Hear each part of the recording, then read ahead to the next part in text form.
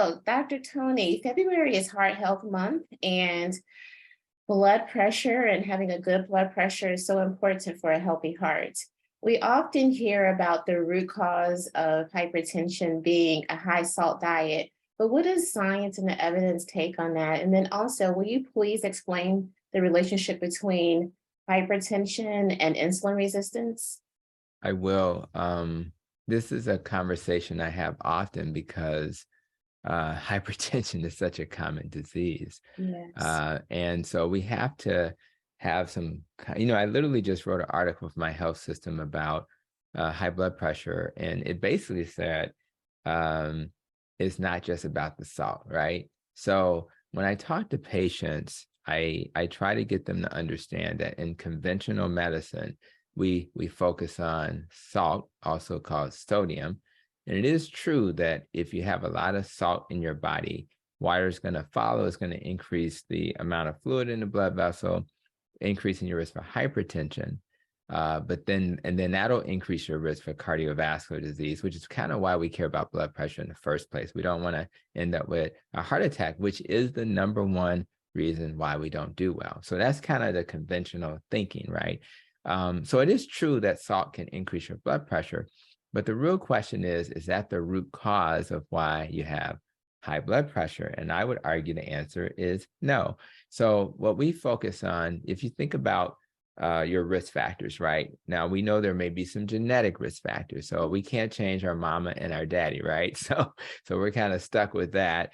But epigenetics tell us that if we do something different in our environment, with what we eat, if we move our body, we can actually change our genetics to favor us. So just because you were born with a family, with everybody who has high blood pressure, does not mean that you'll end up with it.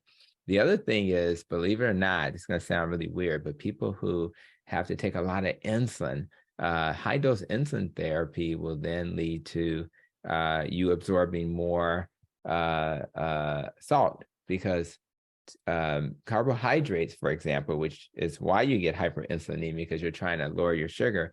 Carbohydrates, it has hydrate in the word, it attracts water and salt.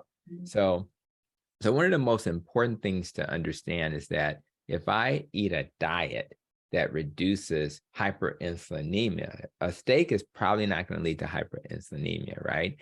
Where a potato may do that. So if I eat foods that don't cause a lot of too much insulin being made, then I won't have to worry about that too much insulin leading to too much sodium retention, which then will lead to the high blood pressure and the cardiovascular disease. So the key is if you have a person who's at risk for insulin resistance, which is 93% of the American population based on the Tufts University research, then that type of person should really consider reducing starch and sugar, refined grains, processed food, all of which lead to too much insulin being made, which leads to too much sodium being absorbed in your kidneys, which leads to hypertension and cardiovascular disease. So what we have to do is change the paradigm in healthcare, where we understand what's the root cause. And the root cause is that hyperinsulinemia, all of that starch and sugar causes inflammation.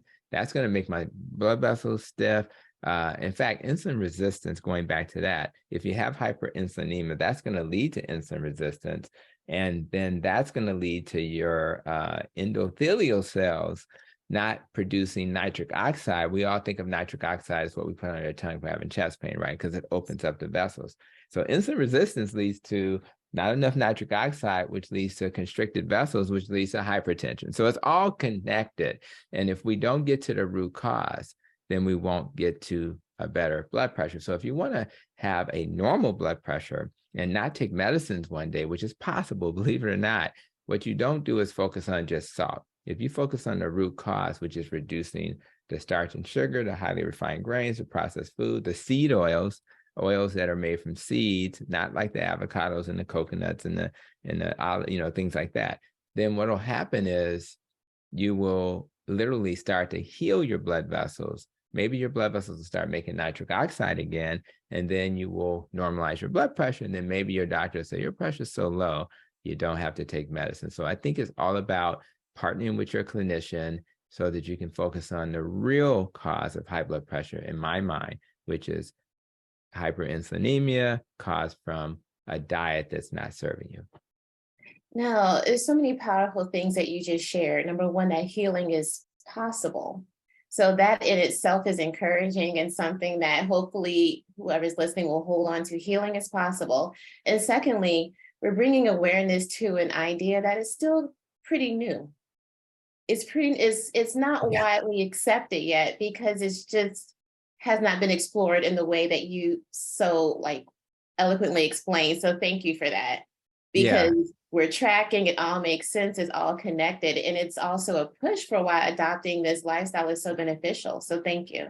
Yeah, no problem. And I appreciate this opportunity. And I just hope people become their own like scientists as well. Learn from the so-called experts like us, but do your own research. And if you're not getting results, then you may want to do something different. Yes, yes. Thank you.